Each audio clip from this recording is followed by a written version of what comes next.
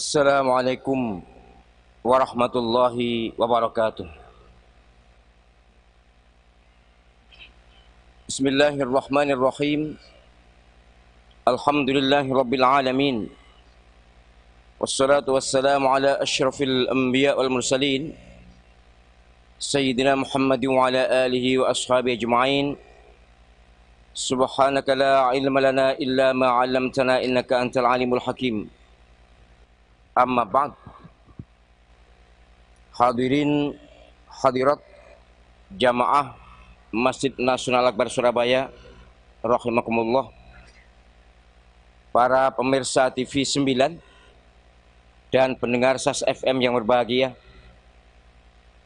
mari kita senantiasa banyak bersyukur kepada Allah Subhanahu wa taala atas nikmat-nikmat yang kita terima yang tak terhingga jumlahnya. Moga-moga dengan mensyukuri nikmatnya kita senantiasa menjadi hamba yang pandai bersyukur, hamba yang dilimpahi, ditambahi rahmat dan nikmat berikutnya, hamba yang diridhai Allah Subhanahu wa taala. Amin ya rabbal alamin. Hadirin hadirat, para pemirsa dan pendengar rahimakumullah, ada pertanyaan sangat sepele, cukup banyak, dan sebenarnya tidak perlu hujah macam-macam, tetapi saya perlu menjawabnya supaya tidak ada persepsi yang berbeda dengan yang saya mau atau dengan yang saya alami, yaitu mengapa sekarang ini Ustadz pakai jenggot. Sungguh saya tidak pakai jenggot, tapi berjenggot. Ini jenggot sungguhan, bukan yang dipakai buat-buatan. Tapi ini penting. Ya banyak yang bertanya begitu, banyak. Ketemu loh pangkling, ketemu pangkling gitu. Ya, sungguh saya mengetahui soal jenggot sudah sangat lama, bahkan ketika saya masih menjadi mahasiswa di Timur Tengah tahun 80-an yang lalu, bahwa Rasulullah sallallahu alaihi wasallam bersabda dalam hadis sahih Bukhari Muslim, "A'ful liha waqsus syawarib." Biarkan jenggotmu dan rapikan kumismu. Untuk laki-laki, kalau perempuan kan tidak. Ini sabda Rasulullah SAW untuk laki-laki, bahwa ngingu jenggot itu diperintah Nabi, mencukur atau merapikan kumis juga perintah Nabi. Tetapi perintah ini ada yang memahami sebagai perintah sunnah, ada yang memahami sebagai perintah wajib. Mayoritas ulama memahaminya sebagai sunnah. Hanya di sebagian mazhab Hambali menyatakan wajib, bahkan itu sebagai penanda pembeda antara muslim dengan non muslim. Sangat saya tidak setuju kalau dikatakan wajib, apalagi dianggap sebagai penanda muslim non muslim. Lihat aja orang Yahudi semuanya berjenggot, malah ketel-ketel jenggot Yahudi. Jadi memang Nabi SAW perintah itu aja.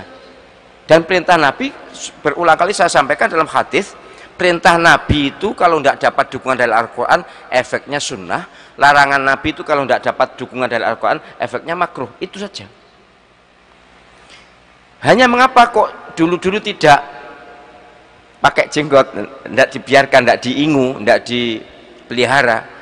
Dulu sudah saya pelihara tahun 80-an, tapi sedikit banget, tidak kayak sekarang ini.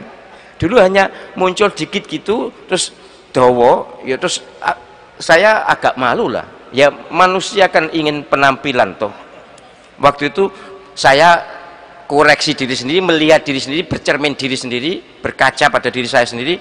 Oh ya, kok pantes nek gak ngingu jenggot waktu itu. Nah, Kemudian sekarang ini akhir-akhir ini ya belum ada setahun lah, saya ingu itu bukan sengaja ngingu jenggot, enggak sebenarnya.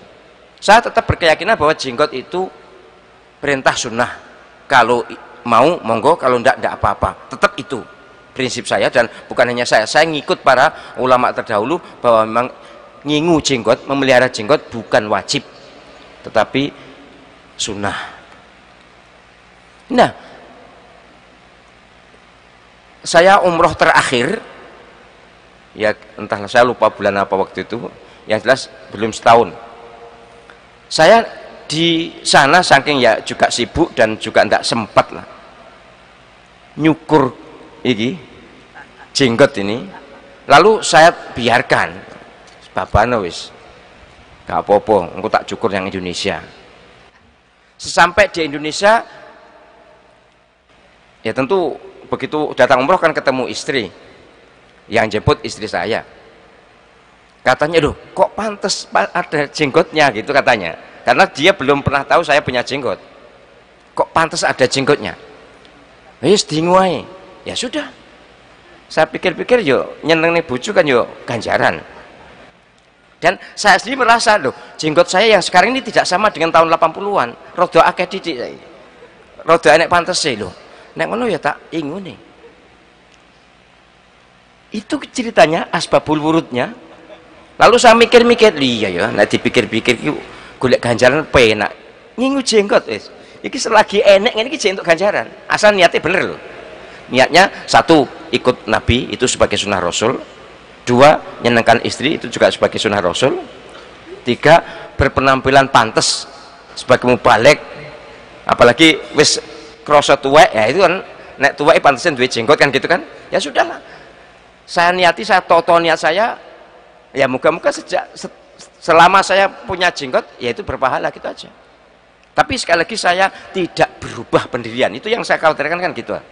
Loh Ustaz Zahra ini jangan-jangan menjadi kelompok itu kan gitu kan. Enggak, jangan lalu hanya negeri saya krono jenggot itu lah. Jadi saya pendirian tidak berubah, ya penampilan berubah hanya ini aja, dikit ini aja, gitu ya. Moga-moga tidak salah paham. Sebab ada yang bertanya, loh anak saya kemarin saya larang-larang supaya jangan pakai memelihara jenggot karena saya takut itu nanti dituduh macam-macam, kok sekarang Ustadz malah pakai jenggot. Saya bilang, saya tidak pakai jenggot kok. Ini bukan pakaian.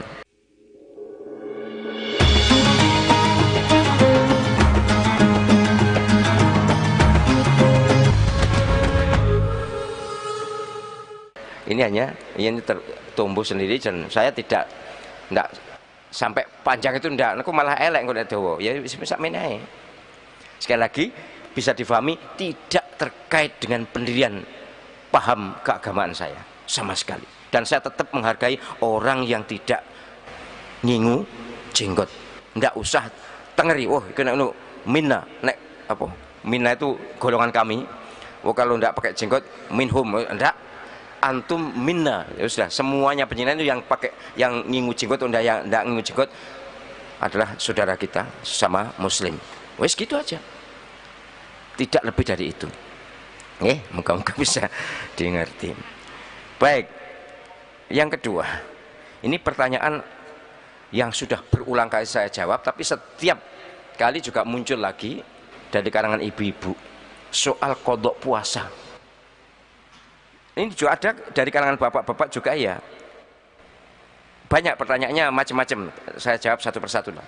Saya ingin mengingatkan panjenengan ibu-ibu, umumnya juga bapak-bapak yang punya hutang puasa, segera nyaur.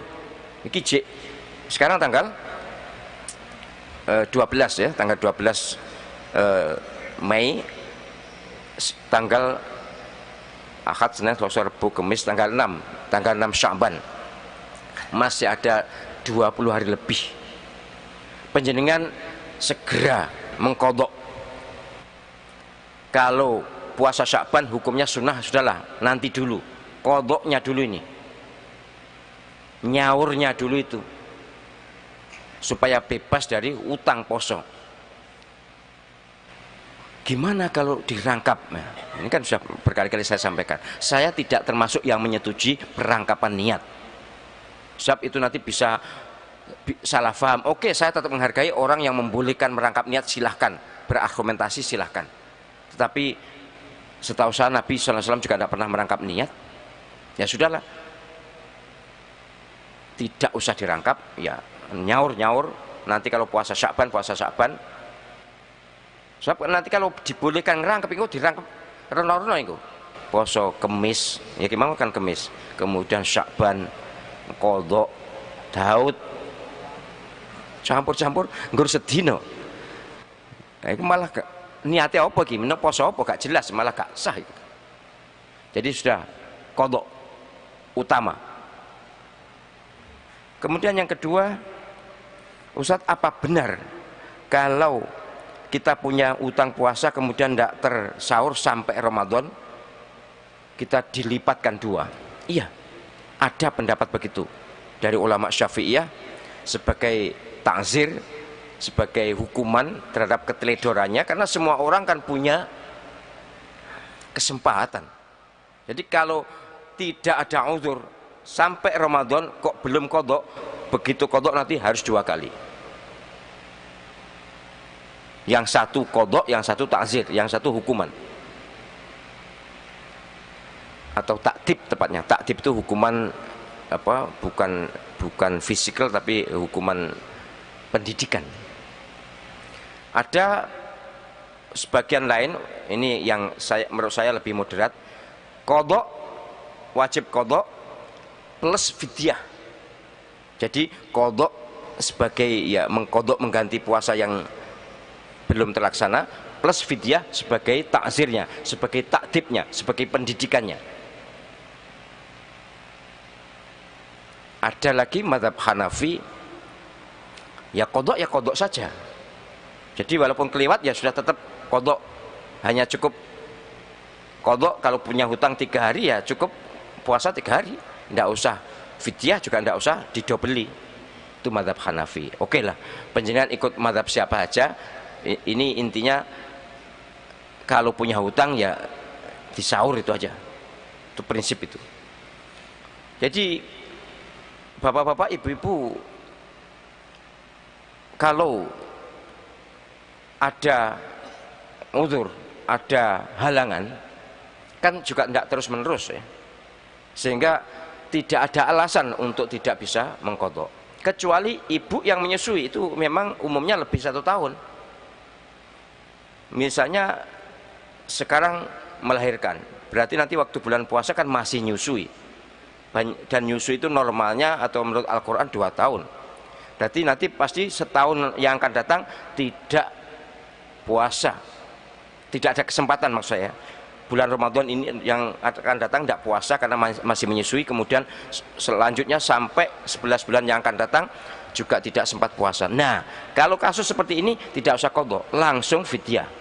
Jadi ibu-ibu yang menyusui sampai ngelompati puasa Ramadan lagi tidak usah qadha, langsung fidyah. Tapi kalau mau qadha boleh, tapi berat toh. Wong berikutnya masih nyusui juga. Kan nyusui 2 tahun. Berarti kalau harus mengqadha kan nanti berarti 2 tahun, 2 bulan, berat. La yukallifullahu nafsan illa wusaha. Allah SWT tidak memberi beban lebih dari itu. Belum lagi tahun kedua itu nanti atau tahun ketiga hamil lagi. Terus gak puasa meneh karena hamil. Terus melahirkan dan menyusui tidak puasa meneh. Tahun berikutnya 2 tahun lagi hamil lagi. Wah kan makin berat toh. Maka sudahlah, pokoknya begitu ngeloncat notok 1 tahun tidak bisa nyaur, sudah langsung bayar fidyah. Berapa fidyah? Kalau menurut ukuran di fikih,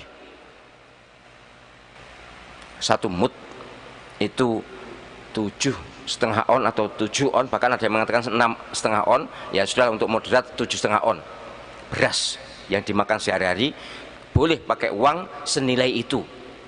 Kalau sekarang 1 kilo misalnya 10.000, ya 7.500 lah. Tapi andai kata dilebih ya bagus, faman tatawwa khairan fa huwa khairul lah. Siapa yang melebihi maka itu lebih baik, silakan. 1 hari 1 kilo boleh. Satu hari 10.000 boleh.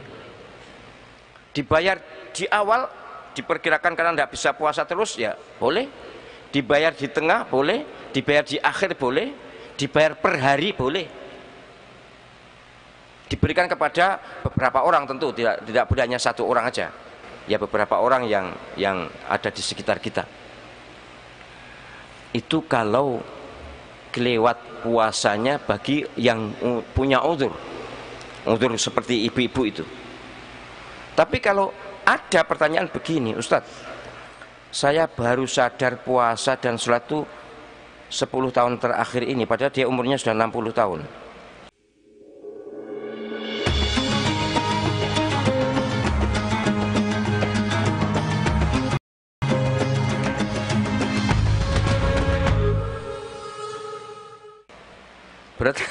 Berarti kan lama banget tidak sholat, lama banget tidak puasa.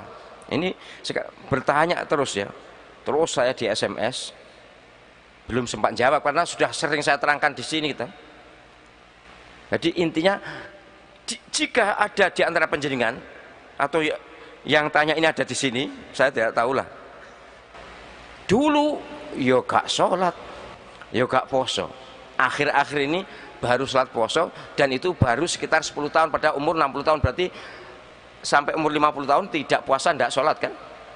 Padahal mulai wajib sholat diduga umur 15 tahun misalnya. Berarti 35 tahun gak sholat, tidak puasa. Bagaimana? Ya ini memang problem berat, tapi niat tobat tenan kan. Daripada nanti di akhirat diperkarakan, ini jelas sangat berat. Sudah lebih berat, lebih baik ngelakoni sekarang. Ya wajib mengqadha. Puasa yang tertinggal 35 tahun itu wajib diqadha.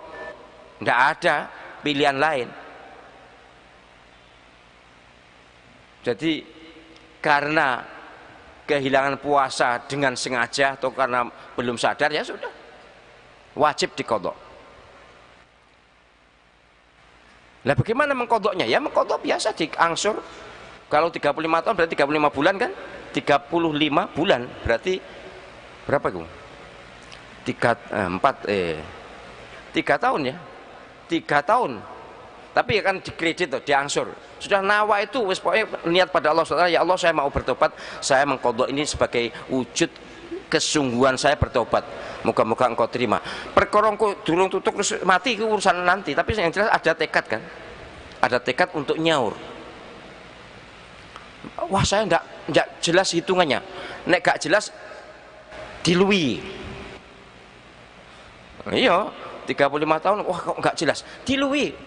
Kemarin puasanya ada misalnya ada bulan 29, ada 30 hari kan gitu kan, tiap tahun itu kan berbeda-beda, kadang-kadang 29 hari, kadang-kadang 30 hari. Ya sudah dianggap 30 dino kabeh. Ya memang begitu caranya. Supaya menghindari keraguan. Dalam rangka menghindari keraguan, maka untuk nyaur dilebihi. Tapi berat Ustaz. Ya sudahlah itu resiko memang. Dulu kan enteng, dulu kan enak ketika gak poso. Sekarang ya harus berani ngelakoni itu. Apa diterima? Sudahlah, tidak usah ngurus diterima. Kita sekarang sholat ini diterima atau tidak juga sama-sama tidak tahu kok. Tidak usah ngurus diterima tidak, itu urusan Gusti Allah SWT. Jadi urusan kita adalah, kewajiban kita adalah nyaur utang. Kalau versi mazhab Syafi'i 2 kali, 35 bulan kali 2 70 bulan. Ya resiko lah wis. Yang penting ada niat. Nek pengen gak cepet pengen gak akeh-akeh nyaur, ya cepat mati aja. Iya kan? Kalau cepat mati kan ndak nyaur. Lah apa ndak susah? Ndak, wong sudah niat. Pernah kan panjenengan ada kisah orang yang sudah membunuh 99 orang mau bertobat, sudah berjalan menuju tempat dia mau bertobat tuh belum nyampe mati kan?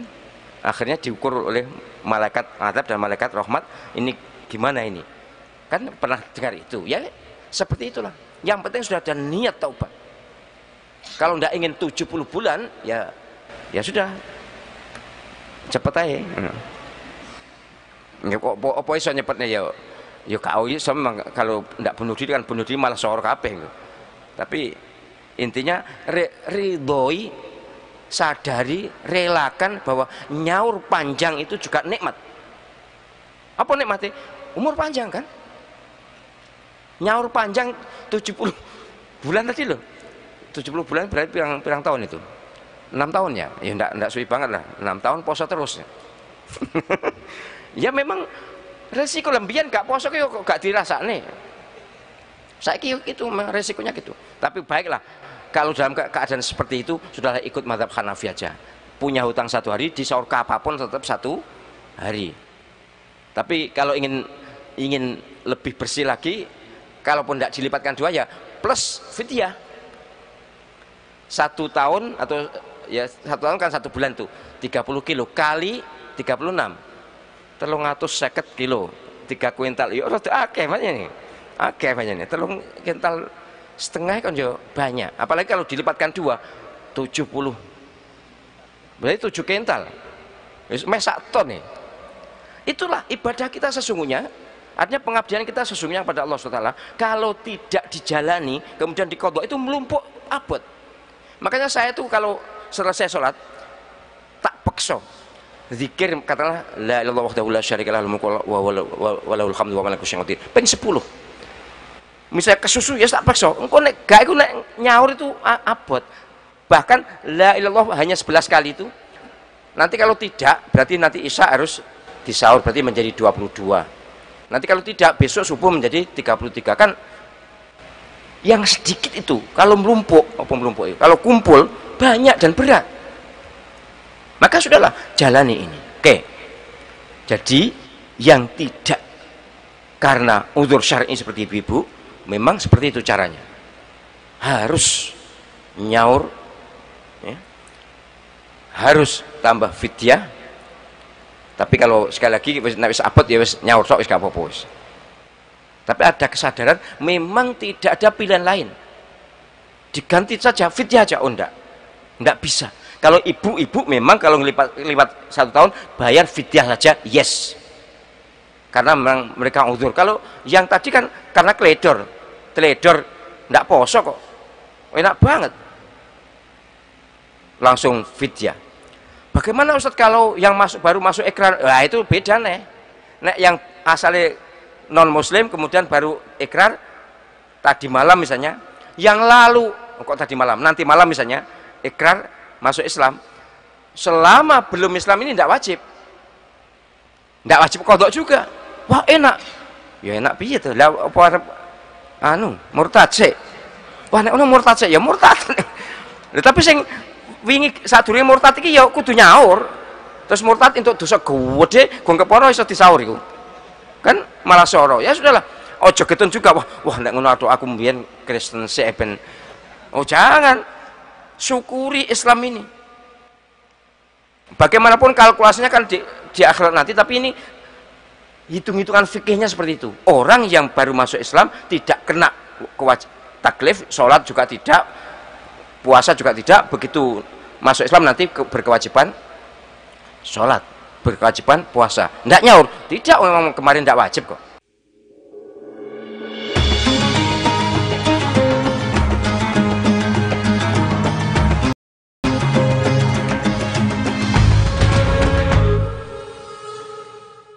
Wah ini enak kuno, ya belum tentu.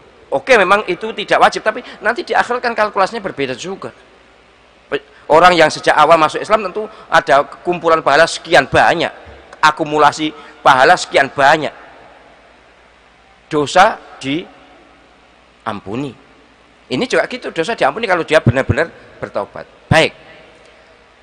Nah, bagaimana halnya dengan sholat? Ini juga ada. Saya baru sholat akhir-akhir ini berapa tahun? Paling ya kayak seminggu paling. Baru sholat akhir-akhir ini dan selama ini tidak sholat. Saya tidak menyebutkan umur. Ya biasanya sing takok perkara ini nek wis cedhek kuburan biasanya. Sing takok-takok ini biasanya nek wis rada krasa cedhek ngono. Nah sing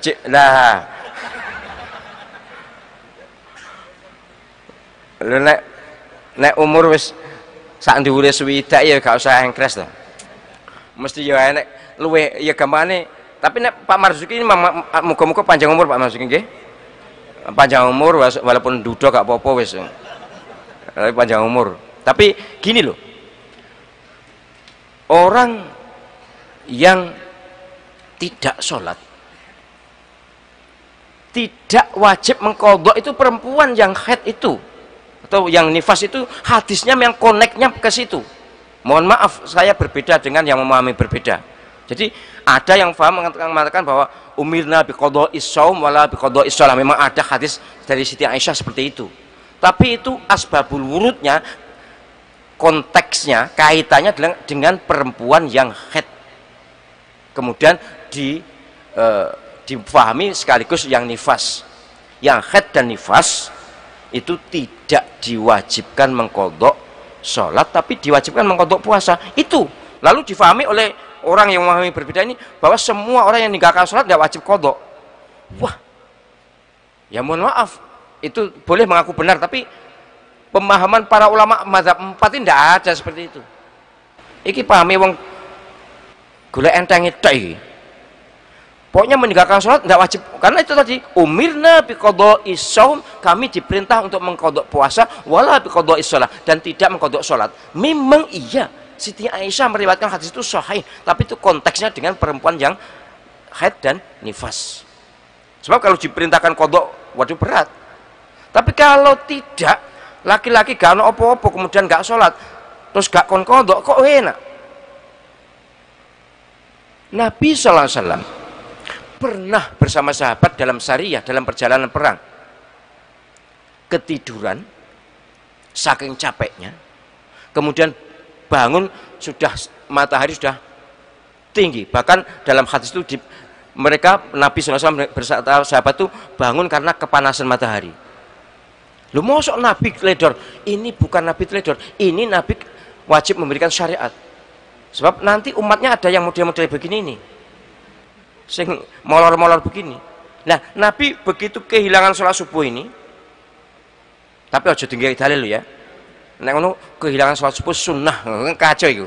Enggak, itu syariatnya Nabi memang seperti apa? Nabi terpaksa harus melakukan seperti itu. Jadi Nabi ketiduran bersama sahabat, dibangunkan oleh panasnya matahari, langsung bila surah azan, kemudian Nabi SAW dan para sahabat sholat qobliyah subuh. Bayangkan, sudah jelas telat loh, sholat qobliyah subuh, kemudian berjamaah subuh. Ini adalah dalil bahwa orang yang ketinggalan sholat wajib nyaur, wajib qadha. Nah, bagaimana yang tadi baru sadar seminggu yang lalu, padahal sudah umur 75 tahun misalnya? Ya sudah, harus nawa itu mengqadha'i sholatnya. Boleh dikredit tiap sholat zuhur qadha 1, nanti asar qadha 1, maghrib qadha 1, dan seterusnya sampai ya sekitar berapa? Nggak usah ngoyo-ngoyo, misalnya sekali qadha 10 sholatan, itu perotol minggu. Misalnya qadha zuhur wis tak rangkepe ben rada cepet. Bari sholat zuhur, kemudian sholat zuhur lagi qadha 10 kali, enggak lah, enggak. Dikredit saja. Diansur. Yang penting noto niat, ya Allah saya bertobat. Ya Allah saya menyesal. Ya Allah saya ingin mendekat kepadamu, saya ingin mengganti sholat saya. Sudah. Di qadha. Ada pendapat yang mengatakan bahwa tidak usah qadha, tidak wajib qadha, cukup sholat sunat. Tidak mungkin bisa menggantikan. Sholat sunat sebanyak apapun tidak akan bisa menggantikan sholat wajib. Tidak akan. Tidak ada dalilnya itu. Bahwa nambal kekurangan sholat fardu iya. Tapi kalau sholat fardu ditinggalkan dengan sengaja, karena keteledoran, karena ketaksadaran, karena kelengahan waktu zaman muda, ya sekarang disaur. Niat bertekad kuat untuk nyaur, itu loh. Nilainya sudah tinggi itu. Lah nek pengen gak nyaur akeh ya cepet toh ngono ae kan, padha karo mau. Jadi lama banyak nyaur ini ya syukuri, berarti umur panjang kan. Sekali lagi, tiap kali sholat cukup 1 qadha. Dasarnya apa? Ya hadis Nabi tadi loh, bahwa Nabi pernah kehilangan waktu sholat, kehilangan sholat subuh, kemudian setelah bangun sholat subuh. Itu dalil qadha. Kalau orang yang tidak nerima itu ya tidak apa-apa. Tapi ini sudah saya baca berbagai penjelasan para ulama, memang semua ulama menyatakan orang yang kehilangan sholat wajib mengqadha. Nah, bagaimana yang meninggal dunia? Kalau yang meninggal dunia itu meninggalkan puasa, boleh keluarganya nyaur. Tapi kira-kira agak gak gelem ya. Jadi orang yang meninggal dunia kok duwe utang poso, ahli warisnya boleh nyaurkan posone keluarganya. Atau kalau tidak ada yang nyaurkan, harus membayarkan fidyah. Dibayar fidyah dari harta peninggalannya untuk yang meninggal ini. Itu kalau puasa. Tapi kalau sholat nggak ada. Nggak ada qadha sholat untuk orang lain, itu nggak ada. Saya bahas ini di disertasi bahwa mengganti sholat orang lain itu tidak ada dalilnya. Sudah saya lacak semua kitab. Ada pendapat, tapi pendapat ya, oke lah pendapat merasa benar silakan, tapi sungguh tidak ada tuntunannya. Jadi kalau orang ketinggalan sholat ya sudah, banyak dimohonkan ampun, banyak istighfar. Kalau sudah meninggal dunia ya dimohonkan ampun atau penyanyian bersedekah atas nama orang tua yang sudah meninggal ini. Ada dalilnya kalau itu nyampe itu.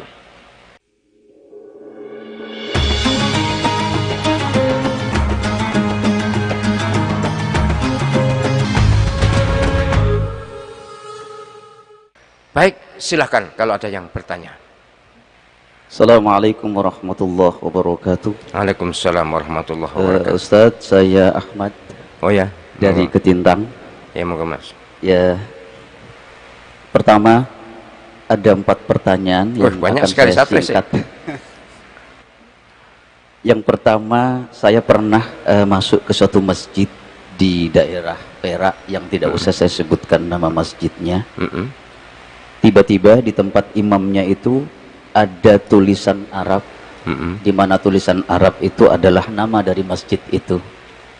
Bagaimana pendapat jenengan tentang itu? Sebab tulisan Arab kok diinjak-injak begitu. Itu yang pertama. Yang kedua, saya membaca tulisan Ustadz Yusuf Mansur. Di dalam buku itu dikatakan ada sholat sunnah lihifdzil Quran. Selama saya menimba ilmu di YIN, ketika saya diasuh dengan jenengan sendiri dulu, saya belum pernah menemukan dalil ada sholat lihifdzil Quran. Yang ketiga, Pak Akeman ya wes nggak apa-apa. Masalah lihya, jenggot. Selama ini banyak orang yang beranggapan tentang lihya, tentang jenggot, seolah-olah jenggot itu sesuatu yang sunnah dan harus dilaksanakan. Sehingga termasuk juga diri saya yang tidak punya jenggot. Ada teman-teman itu seolah-olah memaksa dirinya untuk menggunakan minyak dan lain sebagainya biar punya jenggot begitu. Padahal menurut saya pribadi, saya lebih cenderung mengatakan kalau mencontoh akhlak Rasul itu jangan jenggotnya, akhlaknya yang harus dicontoh. Kemudian yang terakhir tentang kodok sholat. Banyak di antara jamaah, maaf Prof, jamaah saya juga banyak yang ini butuh bimbingan sebetulnya. Kalau toh ada seseorang yang ketinggalan sholat asar karena ketiduran dan itu tidak disengaja, sebagaimana tadi jenengan memberikan contoh Rasul yang bangun ketika dibangunkan oleh sinar matahari, bagaimana caranya dia mengganti kodoknya? Apakah dia harus nunggu asar dulu ataukah ketika maghrib langsung dikodok? Terima kasih. Assalamualaikum warahmatullahi wabarakatuh. Waalaikumsalam warahmatullahi wabarakatuh. Baik. Soal tulisan Arab yang disepakati oleh para ulama tidak boleh diinjak adalah Al-Quran dan Allah dan Muhammad. Tulisan Allah Muhammad itu tidak boleh. Tapi kalau sekedar Arab ya di Arab itu koran semuanya tulisannya Arab. Jadi majalah atau koran di Arab itu tulisannya Arab. Memang Arab. Untuk buntel kacang ya tulisannya Arab. Karena memang tradisi mereka dengan tulisan Arab. Tetapi kalau tulisan Arab itu kalimat thayyibah, Al-Quran, kalimat thayyibah ya Allah SWT atau Al-Asmaul Husna apa itu ya tidak boleh diinjak. Katakanlah tidak ada dalil, tapi etika. Tidak ada dalilnya memang, nanti dalilnya. Kalau Al-Quran apa tulisan Al-Quran tidak boleh diinjak. Dan ini perkara dalil ya Quranku ya gak oleh dalil. Menginjak Al-Quran itu loh tidak ada dalilnya. Larangan menginjak Al-Quran tidak ada dalilnya. Tapi sepakat para ulama sudah bahwa ini kitab suci Al-Quran ya jangan diinjak. Ngotot perkara dalil memang tidak ada dalilnya. Oh, Al-Quran belum ada zaman Nabi SAW kok. Mushafnya itu loh ya, yang ada kan di dada, tapi di kertas-kertas itu belum ada, hanya baru pada masa Sayyidina Utsman baru ada mushaf Al-Quran. Jadi sekali lagi itu kesepakatan ijma para ulama bahwa menginjak kalimat thayyibah, menginjak huruf Al-Quran, huruf-huruf apa, tulisan ayat-ayat Al-Quran itu tidak boleh. Tapi kalau sekedar huruf Arab, nama masjid misalnya, tapi kalau nama masjid itu Baitur Rahman, berarti ada kata Ar-Rahman kan, ya tidak boleh dong. Tapi nama masjid misalnya Marzuki, itu misalnya tidak apa-apa, diinjak tidak apa-apa namanya. Tapi kalau Pak Marzuki ya jangan diinjak, game nanti. Yang kedua, sholat li hifdzil Quran pasti tidak ada. Tapi kalau sholat hajat li hifdzil Quran ada. Artinya sholat hajat namanya harus sholat hajat, usolli sunatul hajati itu. Kemudian kita untuk apa sholat hajat? Li hifdzil Quran boleh. Tapi jangan disebutkan sholat li hifdzil Quran itu membuat-buat, tidak boleh. Sama dengan sholat nisfu Sya'ban, sholat Rabu Kasan tidak boleh. Kalau sholat hajat li dafil bala, sholat hajat li qada'il hajah misalnya apa, li nailil arzak misalnya, untuk mendapatkan rezeki silahkan aja. Sekali lagi jangan sebut sholat li hifdzil Quran, enggak, sholat hajat, karena yang ada tuntunannya adalah sholat hajat. Soal jenggot, iyalah sekali lagi soal jenggot itu bukan wajib, juga tidak usah kita dengar, itu ada sebatas memang sunnah. Tapi ya sekali lagi setelah saya punya ini, tak pikir-pikir enak bener bahwa iki ngerunduwe ngene tok iki, asal niatnya bener ya, iki ganjaran terus, saya terus dapat pahala sampai meninggal dunia selagi ini belum saya cukur, dan tidak akan saya cukur. Paling saya rapikan aja, saya rapikan ben gak dawa-dawa nemen. Kok nek dawa nemen nek sithik ini yo terus gak enak, nek dawa kemudian banyak itu berwibawa. Tapi di samping itu juga tidak nyaman kalau terlalu panjang, itu persepsi aja. Jadi yang penting ada jenggot. Kalau ndak ya ndak apa-apa. Kalau Mas Ahmad ndak punya ya nggak usah dipaksa, malah koyo anu. Kemudian qadha salat fauron, secepatnya. Jadi kita ketinggalan sholat asar, kemudian bangun maghrib, kalau ada jamaah maghrib belum jamaah sholat, silakan nyaur asar. Kalau misalnya ada jamaah baru bangun kemudian wudhu kemudian sudah iqomah, ya sholat jamaah maghrib dulu. Setelah jamaah maghrib, sholat ba'diyal maghrib, kemudian baru qadha. Yang jelas secepatnya. Mengqadha sholat itu tidak boleh ditunda nunggu asar besok, enggak. Iya nek sesuk iso teko umure, lah nek gak teko. Jadi secepatnya di waktu kapanpun, karena memang sudah kadung tidak di waktunya, boleh waktu maghrib, boleh waktu isya, pokoknya secepatnya. Tapi kalau yang tadi utangnya wakeh mau, memang ya tidak mungkin secepatnya, gimana ya, diangsur sedikit sesuai dengan waktu yang dia sholat. Sesudah waktu sudah asar apa, sebenarnya boleh mengqadha sholat sesudah asar, itu boleh. Sudah subuh juga boleh kalau mengqadha sholat, karena qadha itu khusus. Tapi sebaiknya lebih bagus sebelum subuh mengqadha sholat, kemudian sholat sunnah qobliyah subuh atau sholat sunat fajar sebelum asar, sholat qadha asar jangan sesudah asar. Walaupun kalau lupa misalnya, waduh saya tadi mau mengqadha kadung wis sholat asar, qadha aja sholat asar.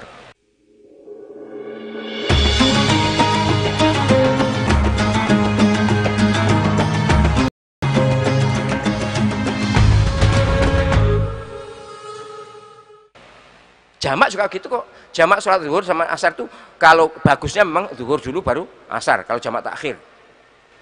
Tapi kalau misalnya kadung sholat asar lupa misalnya, ya sudah sholat zuhur niat jamak takhir.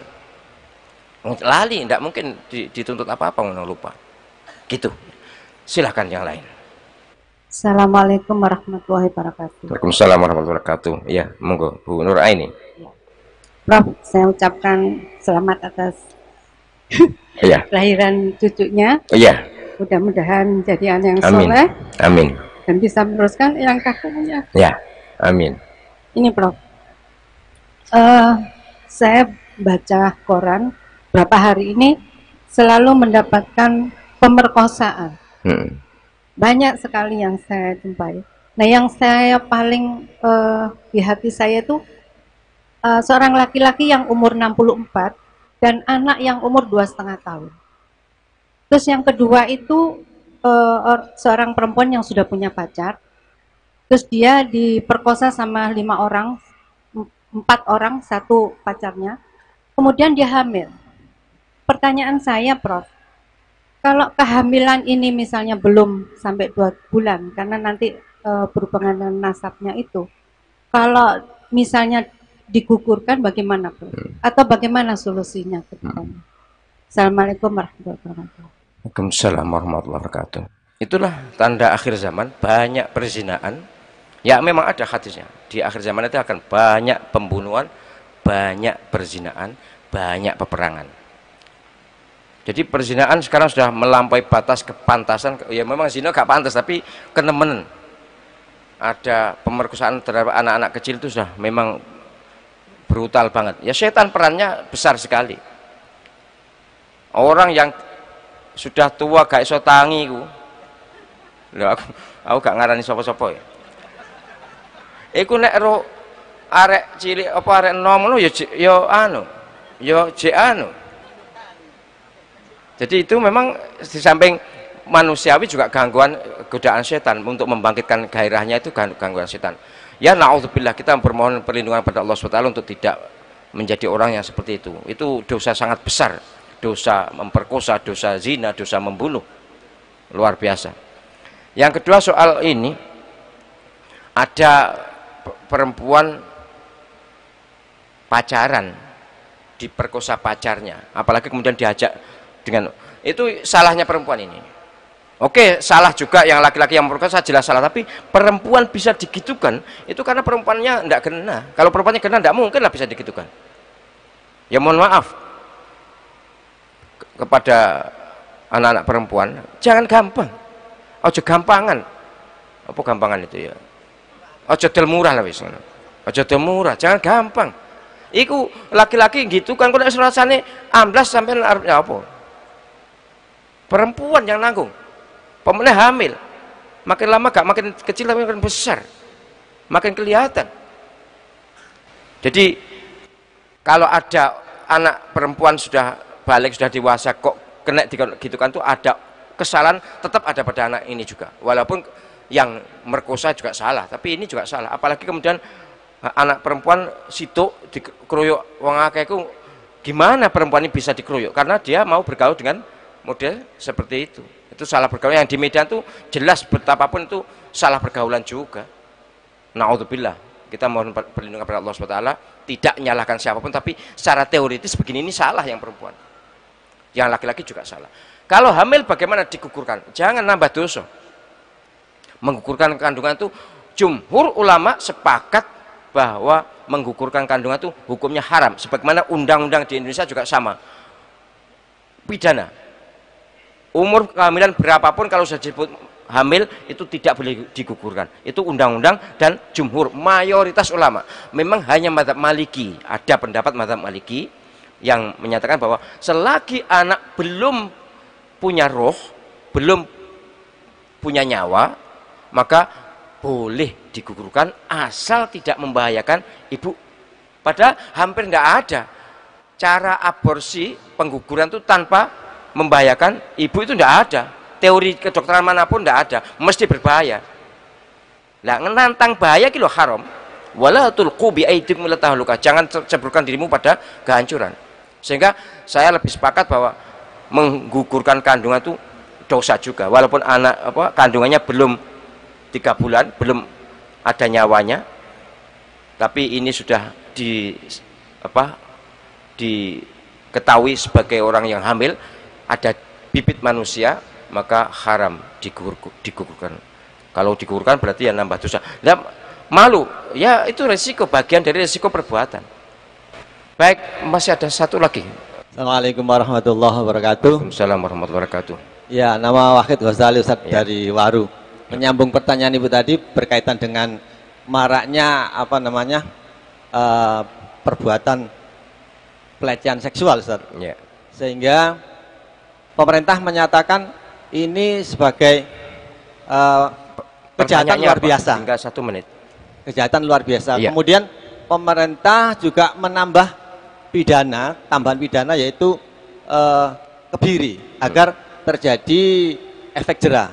Nah, ini terjadi beda pendapat Bagaimana pandangan fikih kontemporer? Terima kasih. Iya. Waalaikumsalam warahmatullahi wabarakatuh. Waalaikumsalam warahmatullahi wabarakatuh.